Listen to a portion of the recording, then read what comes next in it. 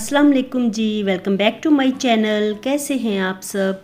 मेरे चैनल में आप सबको खुशामदीद और दुआ है कि सब बिल्कुल खैरियत से हों। तो जी आज है हमारा इस घर में पहला दिन, यानी पहली सुबह है हमारी। और मैं आपको दिखा रही थी कि सारा सामान अभी भी ऐसे ही बिखरा पड़ा है। तो कल जितनी हमसे सेटिंग हो सकी, बड़ा बड़ा सामान तो हमने सारा रख लिया था।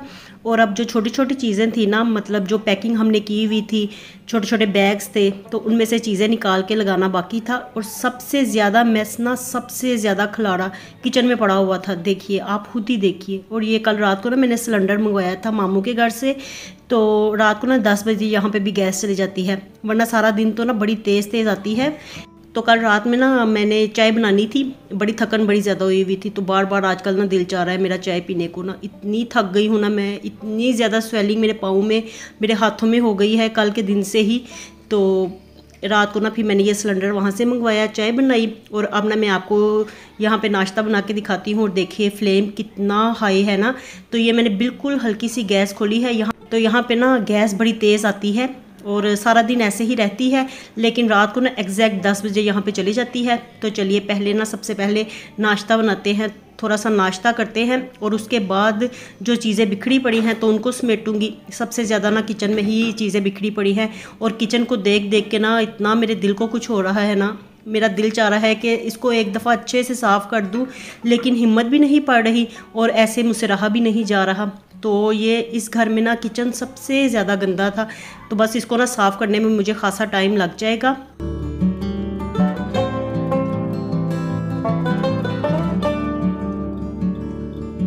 और ये शामी कबाब ना कल रात को भिजवाए थे मेरे कज़न की वाइफ ने। तो उन्होंने कहा कि सुबह को ना इसी का ही आप ब्रेकफास्ट करना। तो अब ना यही मैं बनाने लगी हूँ। तो ब्रेड हमने मंगवा ली थी। ब्रेड के लिए तो यहाँ पे बेकरी ना यहाँ पे करीब ही है, तो उसके लिए ज़्यादा दूर जाना नहीं पड़ता।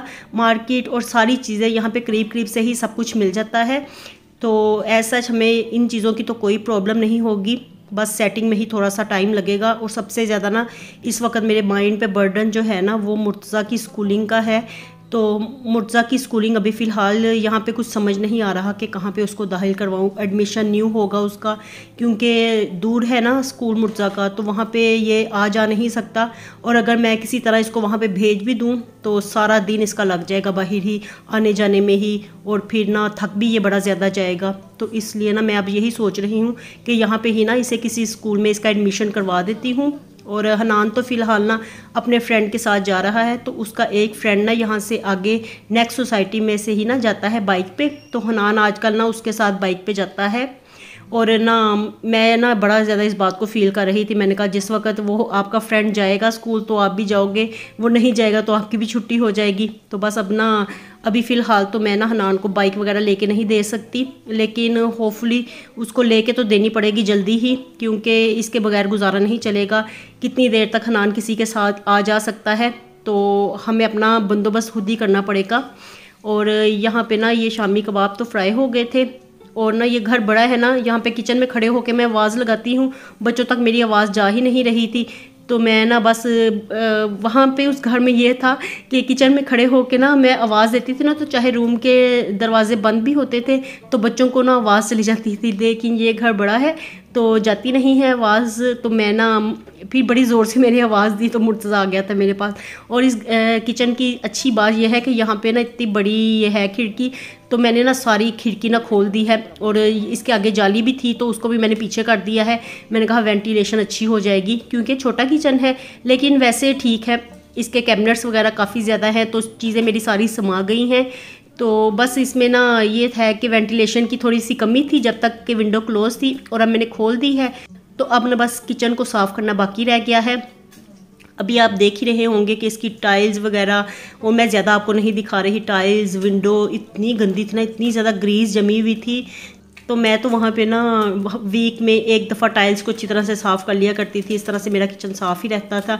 लेकिन अब यहाँ पे आके ना अभी फ़िलहाल तो ना थकन की वजह से हिम्मत नहीं पड़ रही, लेकिन मुझे पता है कि मुझसे ऐसे रहा भी नहीं जाना। तो आज मैंने यही प्रोग्राम सेट किया है। मैंने कहा ये नाश्ता वगैरह करके फ़ारिग होते हैं, चाय बड़ा सा कप पीती हूँ, थोड़ी सी एनर्जी आ ले, और उसके बाद ना किचन को सबसे पहले सेट करना है। और दूसरा बड़ा काम मैंने करना है कि मुर्तज़ा के स्कूल के लिए कल यहाँ पे विज़िट करने जाना है। तो सबसे पहले तो ये ज़रूरी है कि मुर्तज़ा को ना मैं किसी स्कूल में उसका एडमिशन करवा दूँ। अब मैं ये कह रही हूँ कि फ़ीस भी मुनासिब हो, जो मेरी रेंज में हो। और वहाँ पे ना जो मुर्तज़ा जहाँ पे पहले पढ़ता था ना, तो काफ़ी लोगों को तो पता है लेकिन काफ़ी को नहीं भी पता। तो मुर्तज़ा ना अदबिस्तान सूफिया स्कूल में पढ़ता था, मजांग में जो है, तो वो हमारे घर से ना करीब लगता था।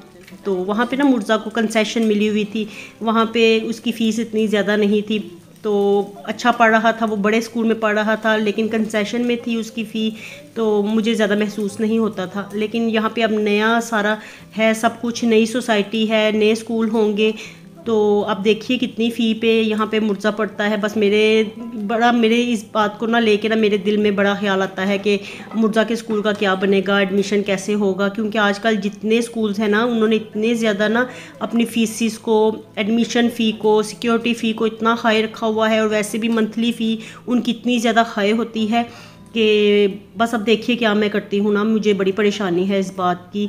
तो यहाँ पे ना हनान बैठा हुआ था, मैंने उसे पहले आवाज़ दी ना तो आया एक दफ़ा किचन में, और फिर उसके बाद मैंने उसे कहा कि बाहर ही बैठो। तो फिर मुझे ज़ोर ज़ोर से आवाज़ें देनी पड़ती हैं। मेरा तो यहाँ पे आके ना गला भी ख़राब हो गया है क्योंकि डस्ट वगैरह उड़ ही है ना। तो जो कमरा हम सेट करते जाते हैं वहाँ पे एक दफ़ा मोप भी लगाते जाते हैं, और फिर ना डस्ट की वजह से ना मेरे गले में जब भी ये ऐसे होती है ना कि डस्ट पड़ती है तो गला मेरा लाजमी ख़राब हो जाता है। तो डस्ट एलर्जी है मुझे। और अभी ना मैं हनान को बाहर ना नाश्ता ही पकड़ाने के लिए आई थी। अभी हमारे पास ना चीज़ों की कमी है, बर्तनों की। थोड़े थोड़े बर्तन आए हैं, और थोड़े थोड़े बर्तन आए क्या हैं, ये कुछ नीचे से बर्तन मैंने मंगवाए हैं, जो नीचे वाले पोर्शन में रहते हैं ना ओनर्स। तो एक अंकल है और एक उनकी बेटी है, बस नीचे ना यही हैं। तो उनसे मैंने ना कुछ बर्तन मंगवाए थे रात को, कप्स वगैरह। और रात को ना कुछ गेस्ट आए थे, मामू के बेटे थे, उनकी वाइफ्स थी, और साथ में ना मेरी कज़न्स थी। तो इसलिए ना चाय वगैरह मैंने बस बनाई, इसके अलावा तो कुछ भी नहीं था मेरे पास। क्योंकि फ़र्स्ट डे था तो स्टोव भी ऑन नहीं हुआ। और फिर हमने ना सिलेंडर मंगवाया, तो कहा कि चलो मिल के बैठ के ना सारे एक दफ़ा चाय पी लेते हैं। तो चाय बनाई, फिर कप्स वगैरह ना मैंने नीचे से मंगवाए।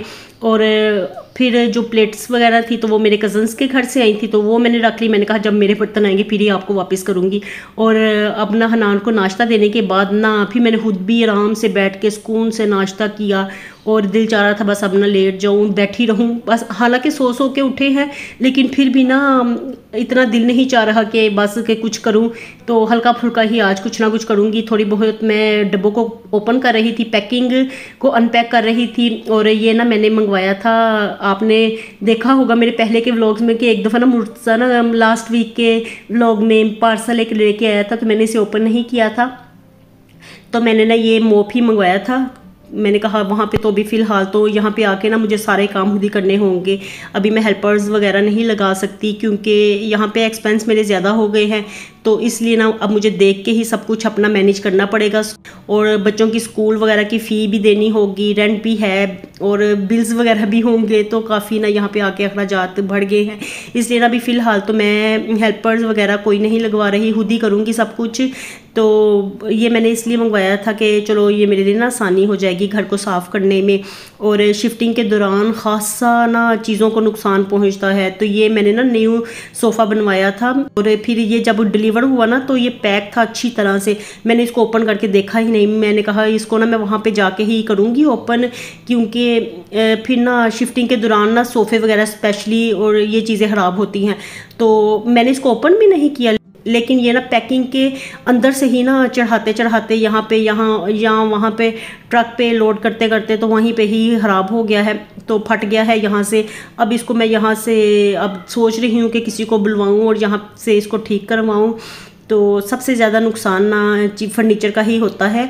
और सबसे पहला काम जो आज हम यहाँ पे कर रहे हैं वो ये है कि यहाँ पे ना सबसे पहले नेट लगवाने लगे हैं, क्योंकि वीडियोस वगैरह मेरी अपलोड नहीं हो पा रही थी।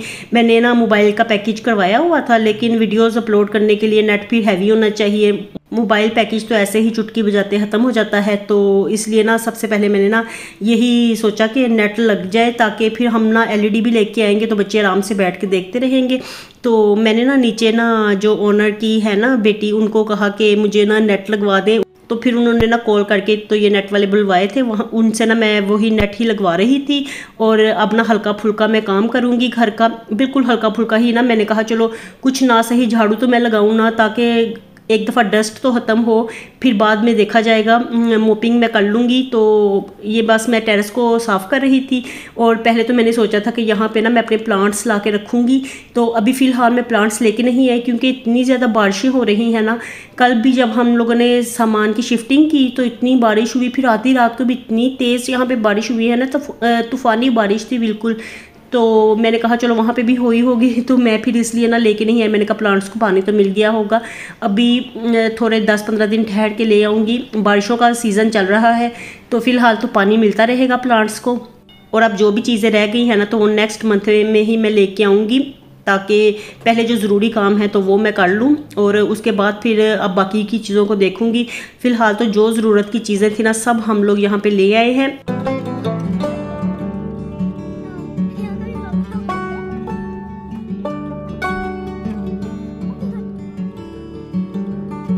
और अभी ना मैं झाड़ू ही लगा रही थी, तो इतनी देर में ना मेरी मामू की बेटियां भी आ गई। तो उन्होंने कहा कि लाओ हमें भी दो, हम भी कोई काम तुम्हारे साथ करते हैं।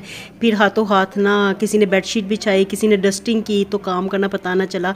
वरना मैं इतना ज़्यादा थकी हुई थी ना कि सोच के ना मेरे दिल को कुछ हो रहा था कि ये सारा काम मैं किस तरह से करूँगी। अरीबा भी डस्टिंग कर रही थी, लेकिन उसको इतने ज़्यादा काम करने की आदत नहीं है ना, तो वो थोड़ा सा काम करती थी, फिर थक जाती थी। फिर सारा खलाड़ा जो पड़ा हुआ था उसको देख के ना एक दफ़ा मुझे कहती थी कि ये हम सारा किस तरह से समेटेंगे। तो बस ना इसी में ही हम लोग लगे हुए थे। तो थोड़ा थोड़ा मैं कर रही थी, थोड़ा थोड़ा ना फिर वो करती जा रही थी। इतनी देर में ये सारे लोग आ गए और इन्होंने देखिए सारा ये कमरा सेट कर दिया है। तो इन्होंने भी मेरा बड़ा ज़्यादा साथ दिया है ना चीज़ों को सेट करने में। तो एक दिन ही लगा है, कल का दिन हम लोग यहाँ पे आए थे। तो आज देखिए सारा ना घर, बस बड़ी बड़ी चीज़ें तो सारी रखी गई हैं, और छोटी छोटी चीज़ें भी ना हम लोग बैग्स को ओपन कर करके ना फिर जल्दी जल्दी से ना सारा सेट करते गए। और किचन में भी जहाँ जहाँ पे सामान रखना था तो वो भी रखते गए। और अब ना ये रात को ना मेरे कज़न्स आए थे, तो इन्होंने कहा कि हम ना LED तुम्हें लगा देते हैं। हम दोपहर के टाइम पर ना फिर जाके ना सबसे पहले LED लेके आए थे।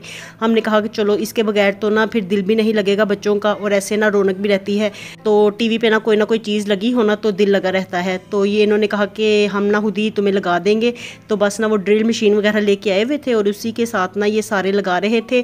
तो ये ना सारे मेरे कज़न्स ही हैं, और ये इन्होंने ना फिर मिल के ना ये बड़ी LED लगा दी। तो मैं यही कह रही थी ध्यान से मेरी LED को गिरा ना देना, ये इतनी बड़ी है और अब तो काफ़ी ज़्यादा महंगी भी हो गई है। तो बस ना इसी तरह से ना फिर देखते देखते ये सारे काम मेरे हो गए, शुक्र अल्हम्दुलिल्लाह। और अभी भी काफ़ी, जिस कमरे में जाऊँ ना तो इतना ज़्यादा मैस पड़ा हुआ है ना, तो पता नहीं ये सब चीज़ें कब अपने ठिकानों पे जाएंगी और कब फिर ये मुझे खलारा नज़र नहीं आएगा। हालांकि काफ़ी सामान ना ये लोग भी आके मेरे साथ समेट गए हैं, घर को सेट भी करवा गए हैं, लेकिन फिर भी इंसान ने जहाँ पे चीज़ें रखनी होती हैं ना वो अपनी मर्ज़ी के मुताबिक ही रखता है, ताकि जब कोई चीज़ चाहिए हो और उसको ढूंढो तो वो फिर फ़ौरन से मिल जाए। तो चलिए जी, अभी तो फ़िलहाल 1-1.5 हफ़्ता लगेगा घर को सेट करने में। तो घर तो राम राम से ही सेट होते हैं, एकदम से तो हो नहीं सकते। तो चलिए जी, अब बस नेट लग गया है ना, तो इंशाल्लाह ताला रेगुलर आपको व्लॉग्स मिलेंगे। मुझे दीजिए इजाज़त, मिलती हूँ नए व्लॉग के साथ। खुश रहिए जी, आबाद रहिए, अपना बहुत सा ख्याल रखिएगा। अल्लाह हाफिज़।